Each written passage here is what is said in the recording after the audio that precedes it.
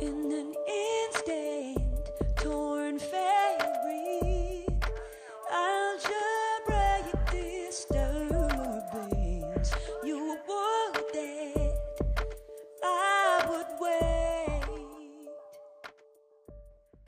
Hello, welcome to Sonic Talk Special. Very pleased to bring you this. We're talking to Rachel Claudio, who you might remember a couple of Sonic Talks ago. We featured her video on Facebook of If You Trip, which was a kind of miraculously accomplished performance, both vocally and technically. And it looked like you were just kind of doing it for real in one take. It was a really visceral kind of performance, the way that you approach the whole thing. And you commented on the YouTube video that we posted, and I was kind of, hey, do you want to do an interview? And we managed to get Rachel to join us. I know you're about to fly out of the country and head off into the world, so thank you so much for giving us your time. Oh no, thank you for featuring it. I was thrilled. I was I was thrilled to see all these synthetics get into it. I was bracing myself for the review. Well, I don't think it could have been anything other than than positive, because I mean the thing about it, obviously you've got a voice which is fantastic voice. I mean, and the thing about the way that you sing, it just looks like the technology that you're operating sort of is so insignificant in the process that you're devoting all of this kind of energy into the voice. But I just can't believe that it can be that simple. I mean, when you do that, is that a one take thing, or was that take 95, or how do you prepare for doing something like that? What you do is you figure out the parts. Yeah. And you record it until you get it right. You just keep going. I mean, the hard thing about it is that if I can't remember how many takes it took me to get it where I want, because I'm quite the perfectionist. But if I just, the hardest part about it is the seeing ahead of time. Like, for example, to go into the vocal effects loops. Like before I go into the Moog solo that I played on the push, it was being run from the Moog. I had to turn on the effects setting before that happened. Stuff like that. That's right. The hardest part. So it's remembering the process. Remembering the stuff that requires steps ahead. The Right. stuff in real time is much easier, but the planning ahead is. And at the beginning of the video, you see that I've left like track 7 and 8, muted. So I'm like, Only you, and then there's only like a you would little, notice that, though. Yeah, but it's funny. It's funny watching it back, because I see my mini moments of panic, But for the rest of it, for the singing, like I was saying to Elliot Smith, my wonderful tech and front of house person who travels with me, the good thing about it is that as a singer you can get far too heady, and I actually like the fact that some of the mental capacity is gone from it. Means I can't stay in my head. You're based in Australia, right? So that's where you are at the moment. But you spent a lot of time in Europe. Most of the time, yeah. So this is the most amount of time I've spent home in 9 years. I've been here for 4 months now. And now I'm in Villanova Music. We just built this beautiful warehouse studio. And this is my little room that myself and a few friends of mine built with our bare hands. I bashed down some gyprock walls, Nick, in Nice. this room.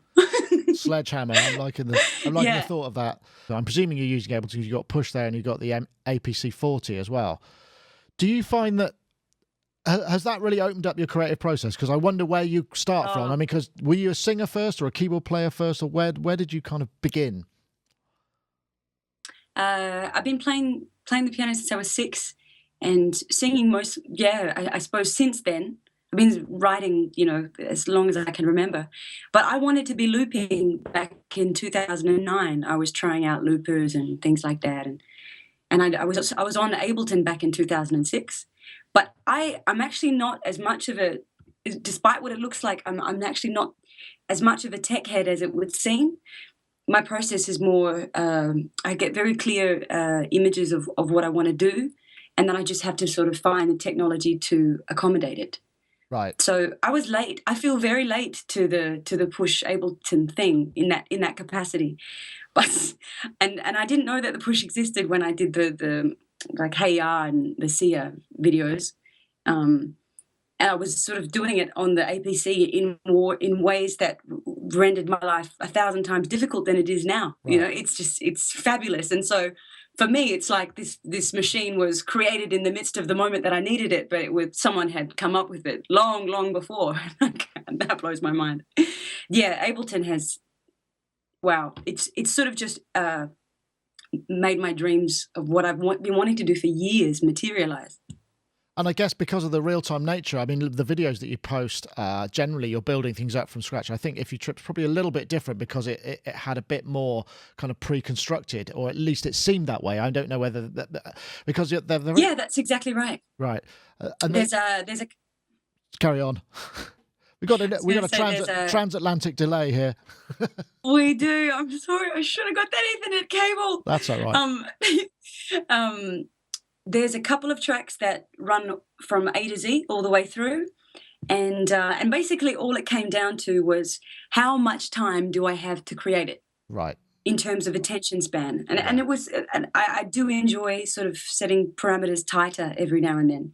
I could have recorded the chorus that comes in from the ground up, but there's so many different parts to it, and it's, you know, it's a 16-bar chorus, whereas the loops that I do usually build over 4 bars, which is much more interesting. So it sort of became this push-pull between building it and what is actually interesting to watch, right, you know, in a 5-minute period, you know.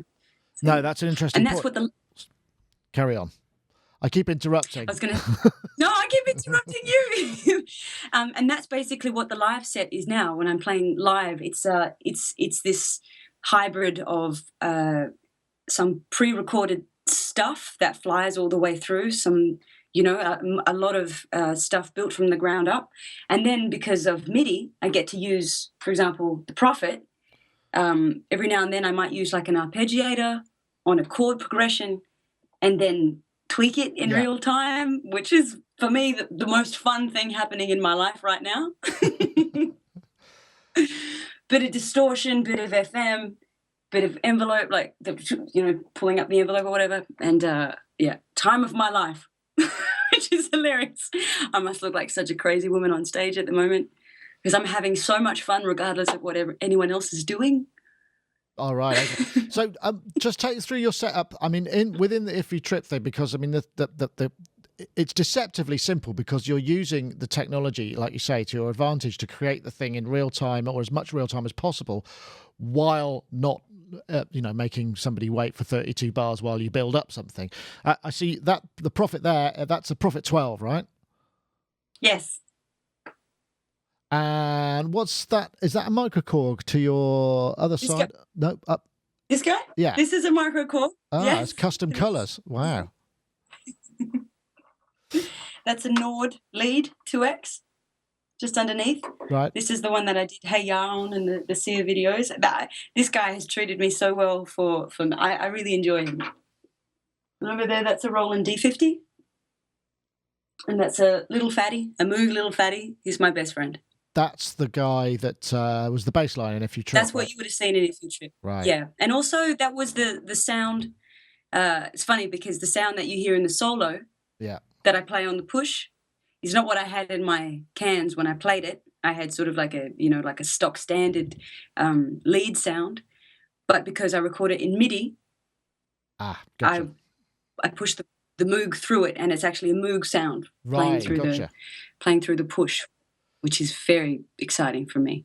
So how do you? I mean, because I noticed you've got 2 fairly comprehensive Ableton controllers there. You've got the APC, which presumably is where you started, and then the push as well. And are you using the push more for the playing side of it, or more for the control side? Well, the push has been designed so that you don't need anything else. Yeah.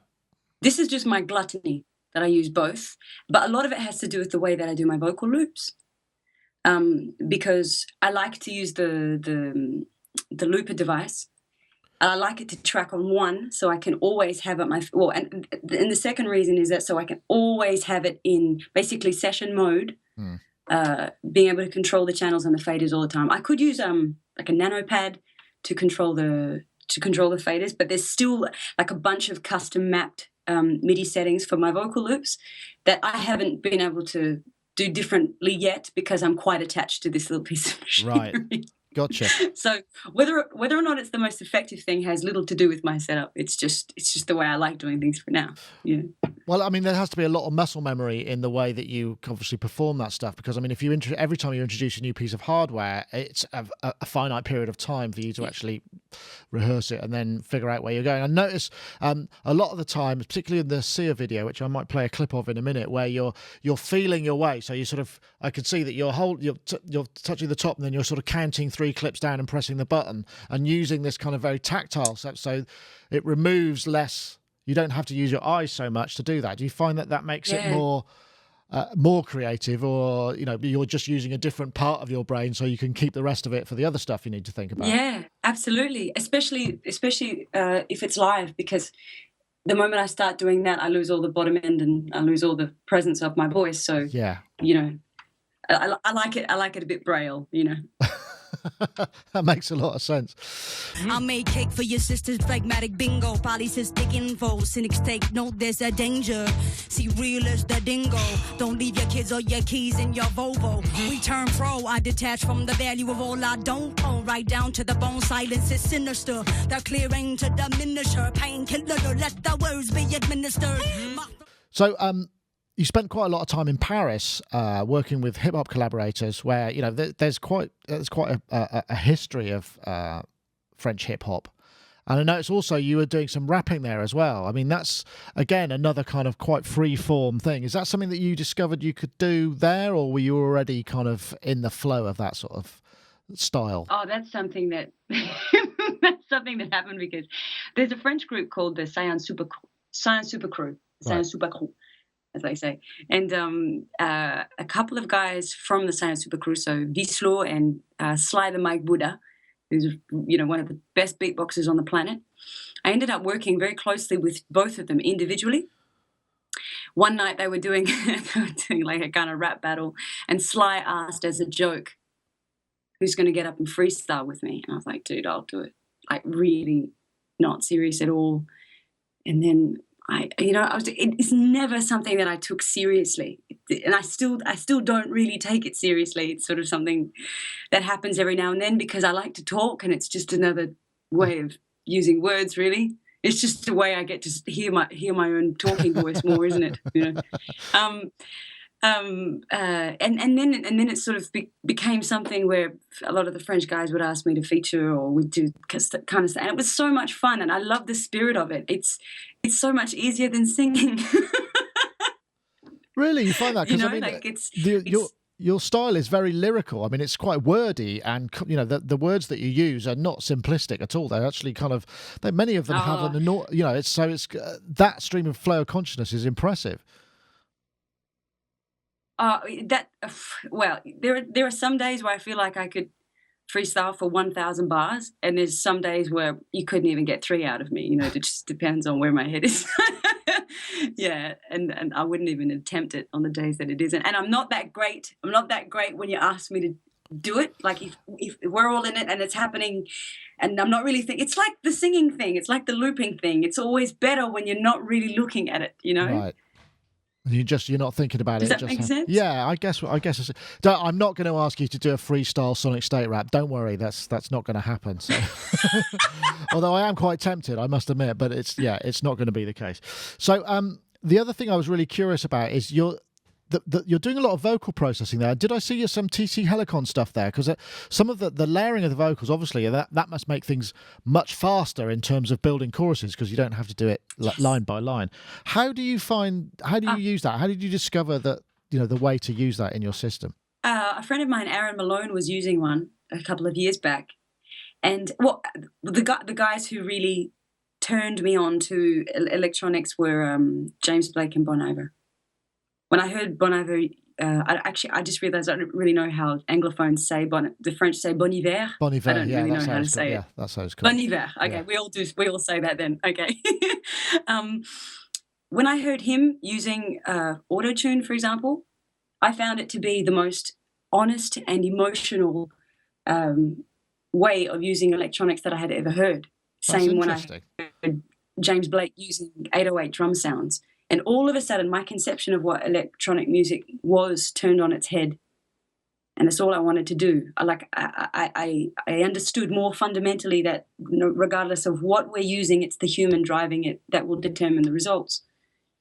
And so yeah, I heard a friend of mine, Aaron Malone, using in a track called Heavy. He had a group called Whiskey Winter, and he was using that particular voice live, and I was so in love with it. I was like, okay, well, all right, I gotta test this out. Yeah, and then exactly as you said, it became a way of being able to loop without doing 8 tracks, just doing 2. You know, Right? Yeah. Do you? And also, it adds. Sorry, carry on. Sorry, I was just gonna, and also, even just contrasted with the lead vocal, it just adds a sort of a different dimension of texture. Yeah. When you do use the harmonizer, and I love that. So sometimes live I'll use the harmonizer, and sometimes I'll just build it, you know, lead. Sometimes I'll use a vocal thickener. Sometimes I'll use the octave, and it's just gathering. You know, it's just painting with different colors, really. It definitely it has a place in the mix. It really sort of slices through, doesn't it? Because you get this slight artificial corner to it, which really does place it away from the main vocal as well. So you get. So are you using MIDI in there to kind of create the tunes, or are you using a preset that's kind of got the specific multi-part harmonies that fit to the tune already? Because I know that you can actually play them live. You're talking about the effects loop bit? I'm talking about the actual the voice live. Yeah, the voice live. So, for example, for If You Trip, I had it on my If You Trip preset, Right? Which is basically I've got it set to like the tunes in D minor. So I've got it set to F major. So it's just sort of picking the it's just using the triads. Yeah. And I'm just using the Ableton looper.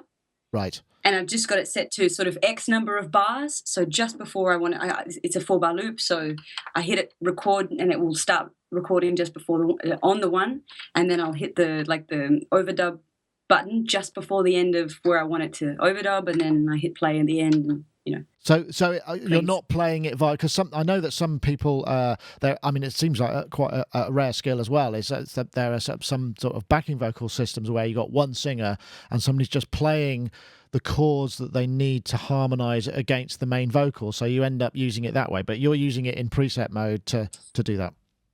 Yes, well, I could probably hook it up to something, but sometimes I prefer when the harmonies are not completely following my chord progression. I think it's kind of more interesting because that kind of harmony I would never do that way. Because if I just linked it into the chords, that's probably closer to what I would do, you know, as a human listening. But I prefer the contrast in that, you know, for that particular moment. Ah, gotcha. I was really interested when you were talking at the beginning of this section about how Autotune was actually very, very powerful, and it sort of blew your mind. I mean, as a singer, that seems very counterintuitive in a way to me. Why is that? Well, we've all heard Autotune for many years on commercial radio, and I always found it the most repellent thing on the planet. But all of a sudden, when he did it, he was using his own vocal to control what was essentially a synth. Right. Ah, I see. And it blew my mind. And I didn't find it any less artificial than I would any of these beautiful instruments. Ah, okay, I understand. I found it gorgeous. I found it gorgeous because it was so. He was using it as a. It wasn't to supplement something that wasn't there. Right. It was all intentional. It was all conscious. So that's obviously in what I've seen, you know, a lot of the collaborative things have gone out through the sort of traditional record industry, video, single, promo kind of route, whereas this recent sort of batch of success for you has been much more to do with sort of viral videos and the honesty of your performance, you know, coming out of the camera, single shot.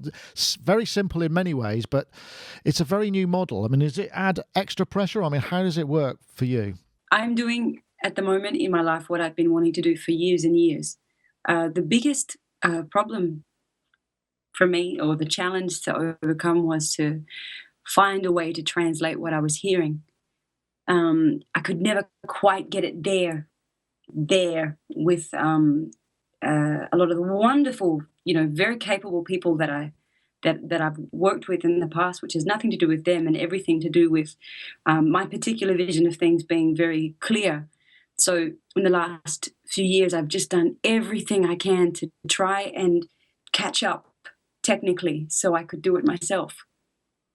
So the most exciting thing for me is not, I mean, as grateful as I am for all of the support and all of the views, which Sure. every time you release something, I for my own part, I try to really release or to let go of whatever, I just want to be happy that it's there, and for however it's received, to be okay with that, But for me, the greatest satisfaction that I'm finding at the moment is that I'm just closer to how I want things to sound, which has been such a challenge. I feel like I've been working my entire life to have be at this particular point of proximity to the vision. And you're also very, very close to your audience, aren't you? Because essentially you do something. I mean, obviously it has to tie in with the releases being available via iTunes or wherever it is, so people can actually buy your material as well as just kind of get it for free via the social media side of things.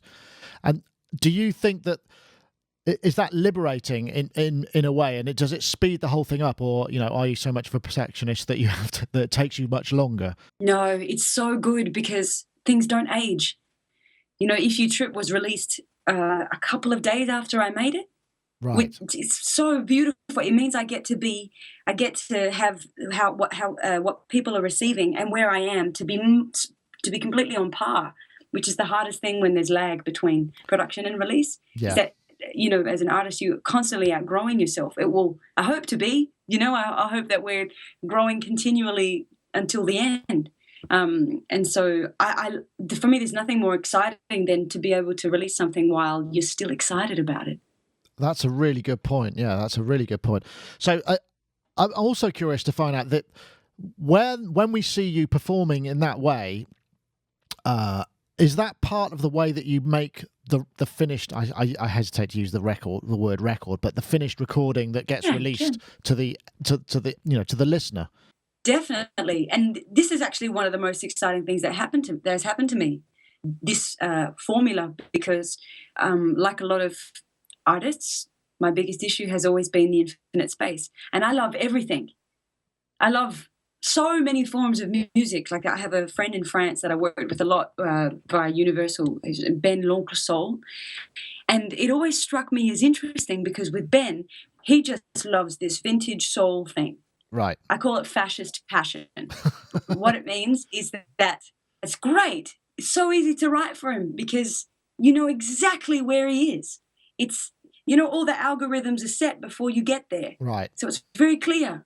And, and in genres, there are often, obvious chord progressions. There are grooves. There are even, there's a lexicon. There's it's all there. And so with me, what's always been, I suppose, difficult was just to stay on the same track until, for a period. That's sort of how I've done it now. I'm like, okay, Rachel, you love everything. You want to be able to do everything all the time. You're going to have to impose some parameters. And so with this guy, for example, like the videos, I limit myself to 8 tracks. I'm only allowed 8 tracks. And I have to be able to work everything into 8 tracks because that's all the faders I have. And it's wonderful. And so from a songwriting perspective, from a production perspective, it allows me to be as minimal as I would like to be if I wasn't inside the thing thinking that I have to add stuff all the time. Like, it sort of forces me to stay on track. Love it. I just love it. That is really interesting. I mean, it reinforces a commonality that goes through lots of people who work professionally in music. Is it's so easy because there's no real. What limitations are there? I've got a computer that could handle 100 million tracks and 100 million plugins and all of that. I don't have to stop. But those kind of creative limitations are really important because they give you the rules to work by, and it sounds like they're really working well for you.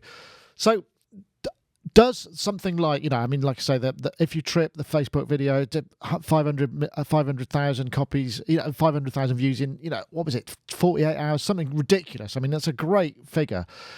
Does it translate to work? Does it translate to, sales? Does it translate to gigs? Because you're touring now, aren't you? You're about to go off and do gigs. I mean, is there a direct correlation? The way it does help, because there is this, weird, I don't know where we all got it from, this idea that fame instantly equals revenue. Oh, yeah.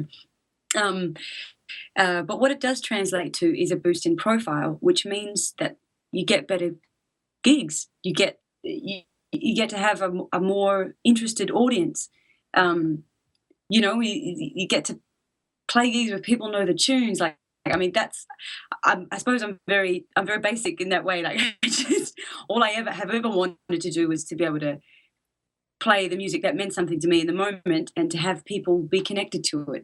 Because I'm happy to do this alone. I'm happy to do this alone in my room.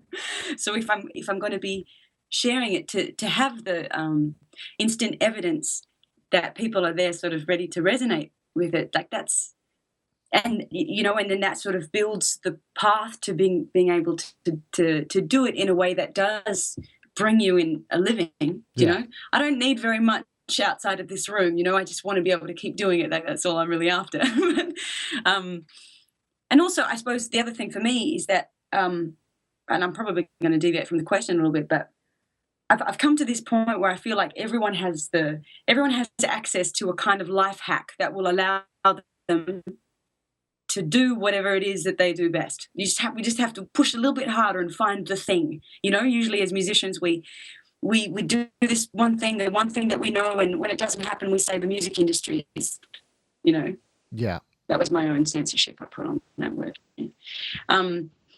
But this process has really shown me that I have been arrogant in the past to think that people couldn't connect or whatever. I feel like I found a kind of life hack, Right. And I feel like that thing is worthy of being shared. I feel like that thing is something that I would like to perpetuate in continuing to do it. I would like for people to see that, if they just, sort of have a little bit of courage to think a little bit differently, that they may be able to find a little loophole, excuse the pun. No, to do with this thing that they ultimately only want to do. The only risk that we ever have is to not do what we really want to do, right? That's a very that's a very uplifting explanation. So you're about to go and tour this. So you perform your songs live. What are you taking with you? I mean, what's your live setup consist of? Because you have to you're traveling to Australia, from Australia to Europe, I guess. You can't take masses and masses of flight cases of stuff. What is it that you do take? Yeah. So what I will take is the APC, the push. I'll be taking this guy, the Boss VE2, the vocal harmonist, the RME Fireface sound card, Prophet 12.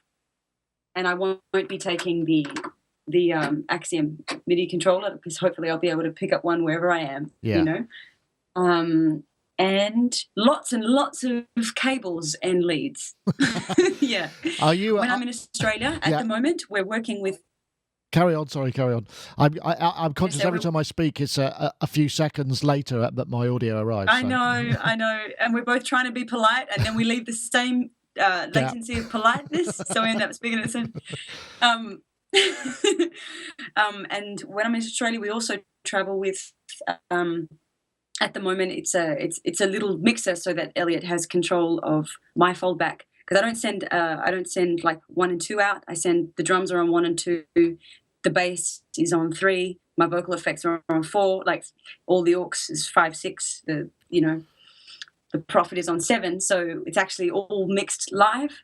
Yeah, as it must be, because most of it was recorded live, so it has to be able to move with when my levels don't stay the same. So that's exciting to me, because I've always I'm from a live music background, so I like the idea of my sound person mixing live. So do you? Are you when you're doing it? So is your vocal going into your sound card and you're processing live? Does that go front of house as well, and then that sort of sits on top of it effectively? No, my lead vocal is the only thing that sits outside of my own mix. So the lead vocal goes front of house, but my effects vocal, because I have 2 mics, is running through me. Yeah. That sounds like a great set. So where are you off to first? I mean, you're going to be away for 4 or 5 weeks. What's the plan? Yeah, so Sydney, Melbourne.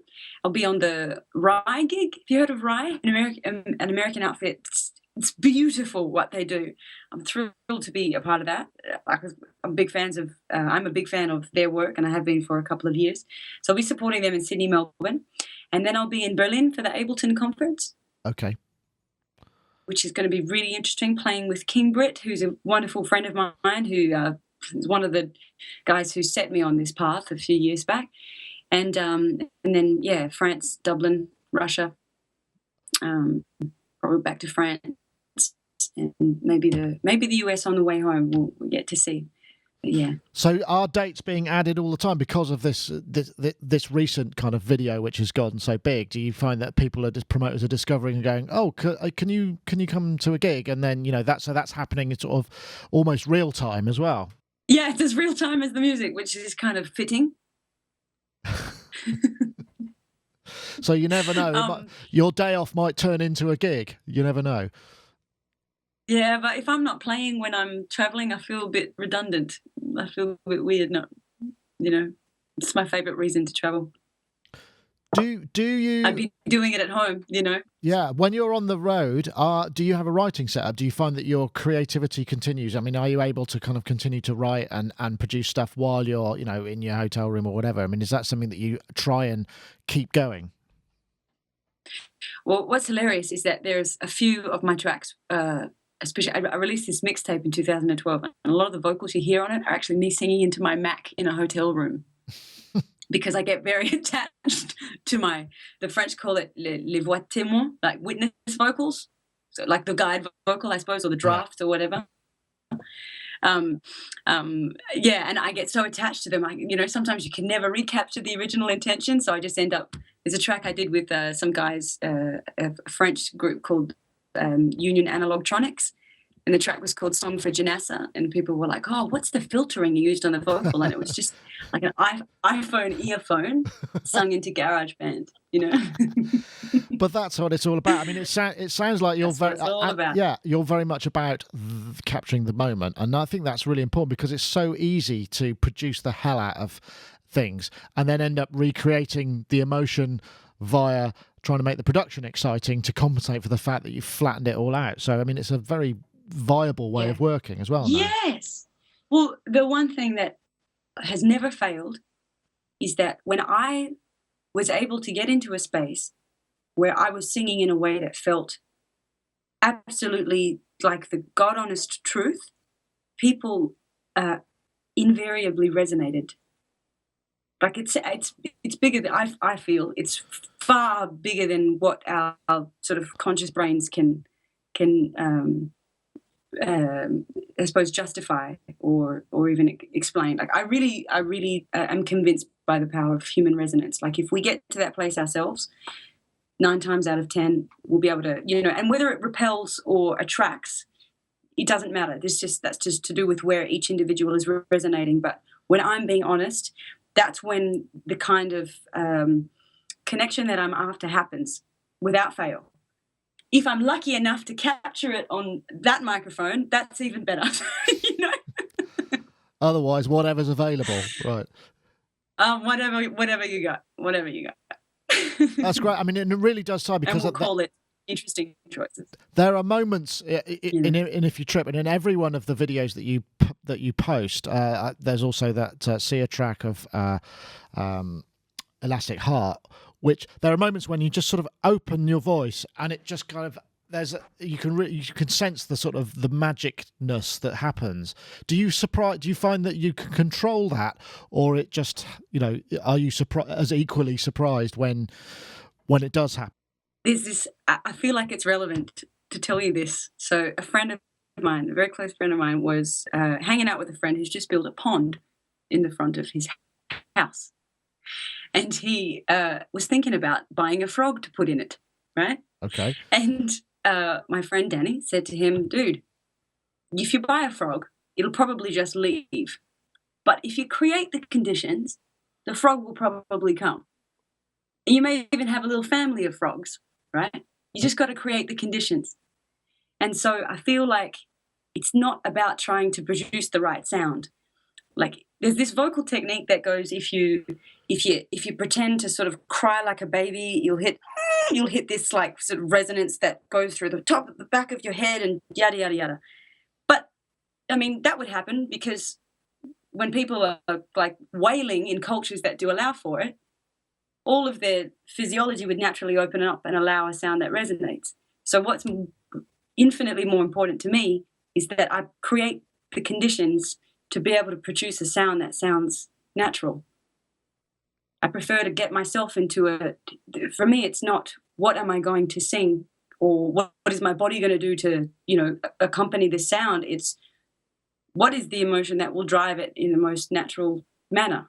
And and that's why I talk about getting out of my head, because if I focus on the backstory of the tune or just getting myself into that emotional state, the sound will always come. And whether or not I know it's happening in the moment, I can trust that mechanism to sort of trigger it every time. Wow, that's really interesting. I mean, and to be able to actually rely on it. I mean, I think that instinctively as a performer, there's an aspect to something that you can do instinctively and you know that it'll be okay. It might not always be the greatest thing you've ever done in your life, but you know that it will, be above the bar of your own expectations. I mean, to be able to do that, I mean, that's all that any musician or performer can ask for, I guess. Well, especially, I kind of feel, especially now when everything has become, like I love questions about the tech, but I do feel it's secondary, to the content. I feel like we should be driving it and not it driving us. And yeah, I think that I know that the thing that I've worked on my entire life, more than anything, even more than my own archives of musicology in my brain, is really the kind of the science and the art of being who we are in any regard or independently of our circumstances. Right. I feel like it's sort of the one thing that I've thought about the most is how to be who we are in this world that's constantly pushing us to be anything that we're not, or saying be who you are, and then we are, and then it says no, not like that, And yeah, Ralph Waldo Emerson said it: the greatest accomplishment is to be who we are in a world that is constantly trying to make us something different. And it is, yeah. So I've worked a lot on being able to on just the practice of getting to that state regardless of what's going on around me, and it's not been difficult, but it does get easier and easier with time. Yeah. And it's always, but the rewards are so infinite, because it really, the moment you show people that stuff is okay, it sort of releases everyone, and yeah. I feel like I'm straying from the point, no, Nick, but it is the crux of. No, I totally understand. I mean, and of course, just bringing it back to music technology. I mean, the art is to be able to find the technology that enables you to be creatively, to get that out there, isn't it? Really, and it sounds like you really have found that, and so, and this is a great place to be. And now you're out off around the world to play your music to everybody else, which is fantastic. Oh, thank you. Thank you for noticing, I suppose. Well, Rachel, I would like to, I think it's probably a good time to draw this to an end. I want to say thank you ever so much for spending your time. I know you're probably running around trying to get all your stuff packed, making sure you've got everything to take with you, and all of your backups and all that. And remember, you must back up. I want to know that you've got plenty of backups everywhere, although a lot of the stuff is in your head, so that's probably a good thing. You know what? I'm going to do a backup as soon as we say goodbye. Thank you. It's so embarrassing, but I will, because I actually have to. Please do. Thank you, Nick. Thank you very much, Rachel. RachelClaudio.com, links to your Facebook page. You can follow Rachel on Twitter. I know you're active on social media, so stay in touch, because I think your journey is a fascinating one to watch. And thank you very much for joining us. Oh, thank you so much. Thank you. It was my pleasure. Okay, that's it for this week. We want to say thank you to Rachel, and we'll see you next time. And I will stay up through the night. All is but clear, won't close my eyes. And I know that I can survive. I won't provide to save my life.